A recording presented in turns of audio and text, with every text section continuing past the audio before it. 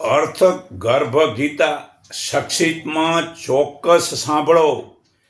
અર્જુન શ્રી કૃષ્ણ ભગવાનને કહે છે કે હે ભગવાન, પ્રાણી ગર્ભવાસમાં સંકટ ભોગવે છે ને તે પછી જન્મે છે અને પછી તેનું મૃત્યુ થાય છે, તો તે પ્રાણી જન્મ મરણના ફેરામાંથી કેવી રીતે છૂટે તે મને કહો.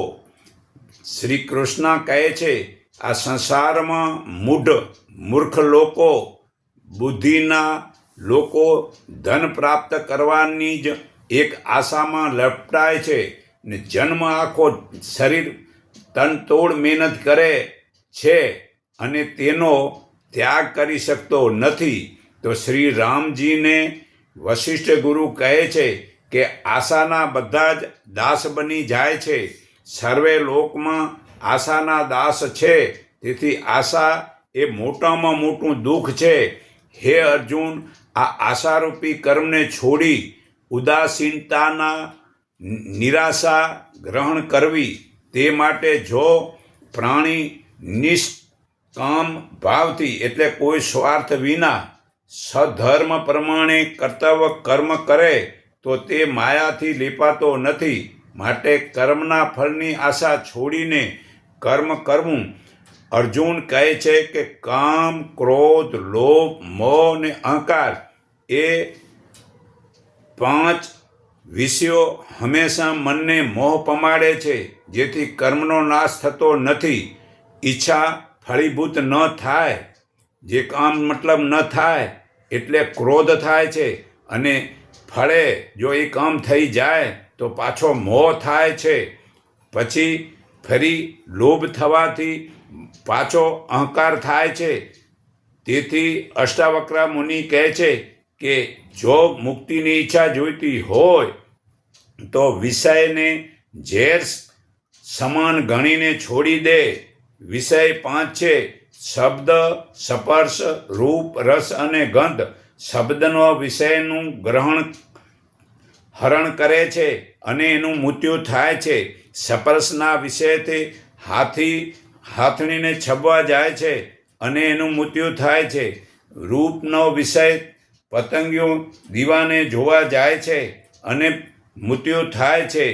રસના વિષયથી માછલું ખાવા જાય છે અને કાંટામાં જીભ અટકીને મરી જાય છે.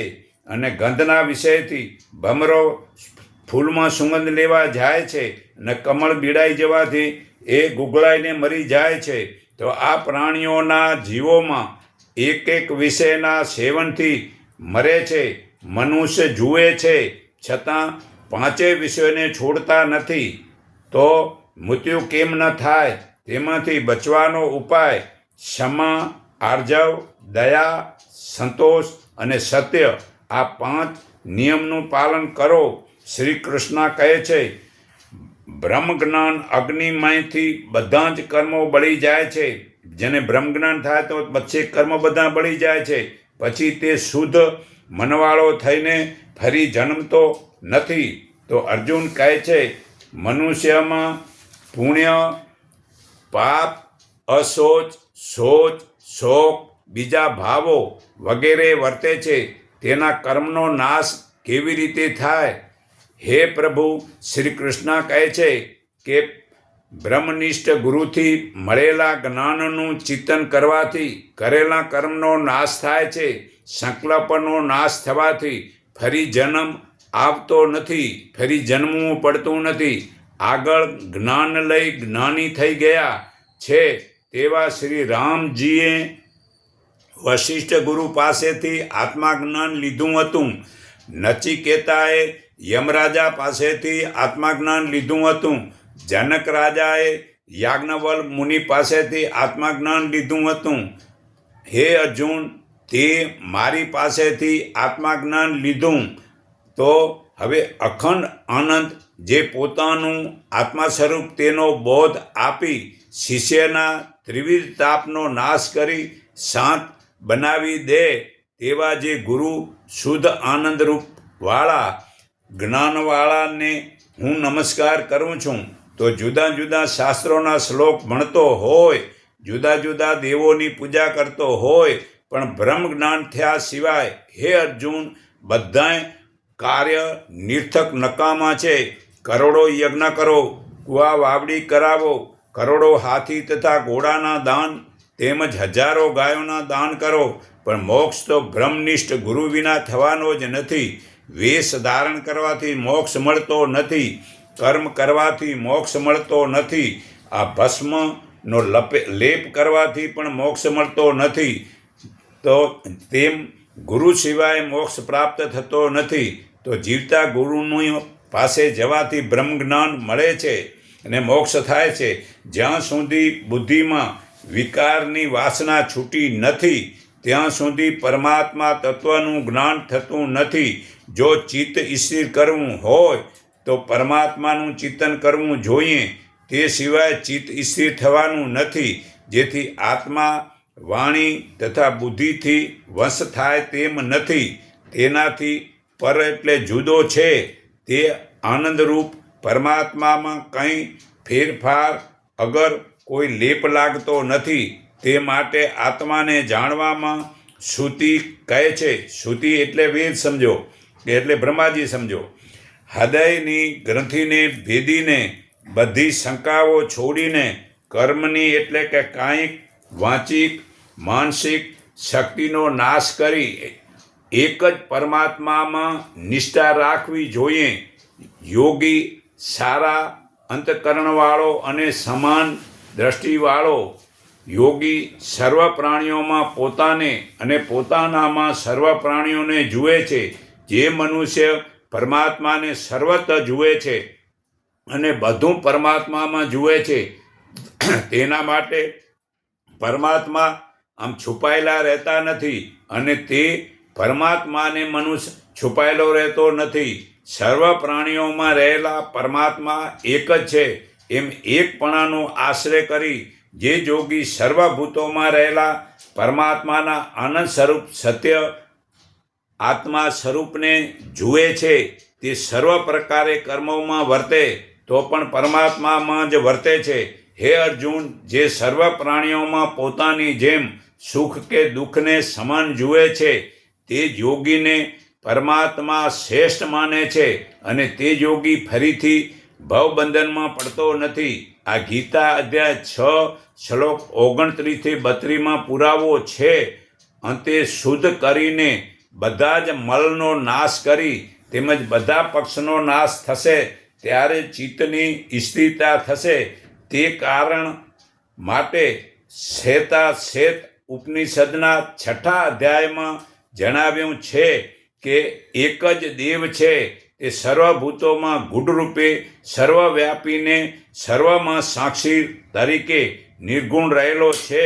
માટે હૃદયની ગુફામાંથી સંકલ્પોને છોડી દેજો. એટલે સ્વરૂપમાં લય થયા તો પછી બીજી વસ્તુમાં કાંઈ જોવાની જરૂર જ નથી ને કાંઈક સાક્ષી પણ પૂરવાનું નથી. માટે વાસનાનો નાશ કરી ફક્ત પારબંધ ભોગવી લેવું અને નવા સચિત ક્રિયામણ કર્મ થવા દેવા નહીં. સદ્ગુરુ વડે જ્ઞાનની તલવાર પકડી ને વાસના કાપી સ્વરૂપમાં સ્થિર રહેવું. અર્જુન કહે છે, અંતર સુધી કેવી રીતે થાય અને મલનો નાશ કેમ થાય અને મનનો મેલ હંમેશા થાય છે તે સી રીતે ન થાય અને ચિત્ત સ્થિર કેમ થાય. શ્રી કૃષ્ણ કહે છે, તપ વડે કરીને જ્ઞાન અગ્નિ વડે મલનો નાશ કરી શુદ્ધ આત્મા થવું અને ગુરુની સેવા કરી મનને શુદ્ધ કર્યું નથી ત્યાં સુધી ફેરી જન્મ લેવો જ પડે છે. તપ એટલે સમ દમ કરી અંદર બહાર શુદ્ધ થવું. અજ્ઞાનીનું તપ 3 પ્રકારનું છે. મૌન વાણીથી બોલતો નથી ને સમાધિમાં આંખ બંધ રાખે છે ને હઠ કરીને સ્થિર થાય છે ને ઇન્દ્રિયોની ક્રિયાને છોડી દે છે. જ્ઞાનીનું તપ સૂક્ષ્મ મૌન હોય છે. મૌન જ સૂક્ષ્મ એટલે કે સાચું સમજણ આપે એને સૂક્ષ્મ મૌન કહેવાય ને જ્ઞાન ના આપે તો સામાન્ય સમજણ પડે કેમ? તો શુદ્ધ કર્મ, શુદ્ધ જ્ઞાન ને શુદ્ધ ઉપાસના.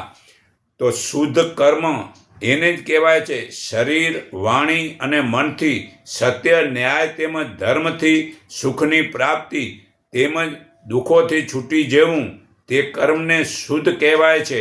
શુદ્ધ જ્ઞાન પરમાત્મા, જીવાત્મા, પ્રકૃતિથી બનેલા પદાર્થનું સારું જ્ઞાન જાણી તેનો સારો ઉપયોગ કરવો, પણ કોઈ પણ બગાડ ન કરવો.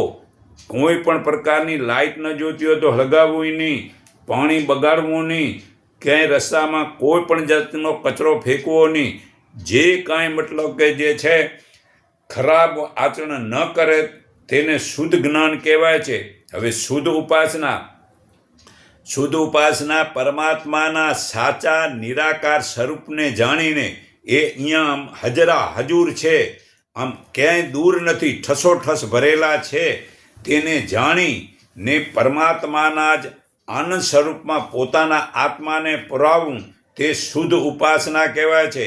હવે શુદ્ધ આચાર, મનને પવિત્ર રાખવું અને ગુરુના વાક્ય ઉપર પૂર્ણ વિશ્વાસ રાખવો. આટલું નહીં કરો તો ફરી જન્મ લેવો પડે છે. અર્જુન કહે છે કે કર્મો બીજા ભાવથી થાય છે, તેથી કામ, ઈચ્છાથી દઢ બંધન થાય છે. માટે કયું કર્મ કરવાથી કાળનું બંધન ન થાય તે કહો. તે શ્રી કૃષ્ણ કહે છે, યોગીએ હંમેશા કર્મ શોચ કરી, મન શુદ્ધ કરી, જ્ઞાન મેળવી, બ્રહ્મરૂપી અગ્નિમાં કર્મને બાળીને વર્તવું. યોગીએ રોજ આનંદમાં મગન થઈ જવું. જે જન્મ મરણથી વાસના છોડી વિધિ નિષિદ્ધ એટલે વિધિ બધીયું છોડી દઈ ને પરમાત્મા રૂપ બની જાય છે. ગણેશ ગીતામાં કહ્યું છે કે પોતાના આત્મા વડે પોતાને જાણી આત્મારૂપ બની જવું, કામરૂપી શત્રુને હણી નાખી પરમપદને પામવું. હે અર્જુન, સર્વધર્મ છોડીને તું મારા એકના શરણે આવ, હું તને સર્વ પાપથી છોડાવીશ. તું શોક ન કર. આ ગીતા અધ્યાય 18:66 પુરાવો છે. તો નિરાકાર પ્રભુએ કરોડો અબજો મનુષ્યની વચ્ચે મારી પ્રાર્થનાને સાંભળી મારા ઉપર કૃપા કરી મને જીવતો મનુષ્ય આવી આ નિરાકાર પ્રભુના દર્શન કરાવ્યા. તે જ્ઞાન અમોએ અમારા સર્વે કુટુંબોને અપાવ્યું અને એ જ્ઞાન અમો આ વિદ્યા વડે બધાને મતલબ કે સમજાવીએ છીએ કે આ પરમાત્મા એ આપણને પોતાના બનાવી લીધા છે, પણ આપણે તો હજુ બીજા દેવી દેવતાની જ સ્પર્ધામાં જવાનું છોડતા જ નથી. તો આજથી નક્કી કરો કે હવેથી એવી ભૂલ નહીં કરીએ. જે માતાના પેટમાં આપણું શરીર બને છે તે નાભીથી બને છે, તેમાંથી 72,000 નાડીઓ બને છે. તેમાં સૂક્ષ્મણા મુખ્ય 3 નાડીઓ છે, જે ઈંગલા, પિંગલા અને સૂક્ષ્મણા. તે સૂક્ષ્મણા વડે પરમાત્માનું જ્ઞાન માટે ધ્યાન કરવું છે. ત્યારે એ ઈંગલા, પિંગલા અને સૂક્ષ્મણા આ ત્રિવેણી સંગમમાં સ્નાન કરવાનું છે. ત્યારે નામ, મંત્ર કે રૂપને જોવું નથી. ત્યારે ઓજસ વડે આભામંડળ કવચ બને છે. જો નામ, મંત્ર કે રૂપ જોશું તો તરંગો તેવા બનશે અને ફરી નવા જન્મમાં એ બધું ભોગવવું પડશે. પણ આપણે તો નિરાકારના શરીર નથી, એનું નામ નથી, રૂપ નથી, તો આપણે આત્માના તરંગો બનાવવા છે. તો આત્માના તરંગોમાં નામ રૂપને મિક્સ નહીં કરીએ તો અહીં શુદ્ધ ચેતન આત્માના તરંગો નીકળશે. એના વડે મતલબ કે આભામંડળને ઓજસનો આ સૃષ્ટિમાં જમા થશે. તો એ સર્વે મનુષ્યને સુખ શાંતિ થશે અને જે આભામંડળ છે એ આપણું આમ કવચ સારું બનશે. તો નિરાકાર પ્રભુને જે ઓળખે છે તેવા બ્રહ્મ જ્ઞાની એક જ પળમાં નિરાકાર પ્રભુના દર્શન કરાવે છે. તે જ્ઞાન હાલમાં અમારા ગુરુ માતા સુદીક્ષાજી આપે છે. તે નિરાકાર પ્રભુનું જ્ઞાન સંત નિરાકારી મંડળ, ઇન્ડિકેપ 3 રસ્તા, માયા સિનેમા રોડ, કુબેરનગર, અમદાવાદમાં સવારે રવિવારનું મળે છે. તો હું સર્વના હૃદયમાં રહેલા પરમાત્માને હું મારા હૃદયના ભાવથી નમન કરું છું. એકને ઓળખો, એકને માનો, એક સંગઠીન થાવ, સૌનું મંગળ થાવ, સૌ સુખી થાવ. એટલું કહી હું મારી વાણી વિરામું છું.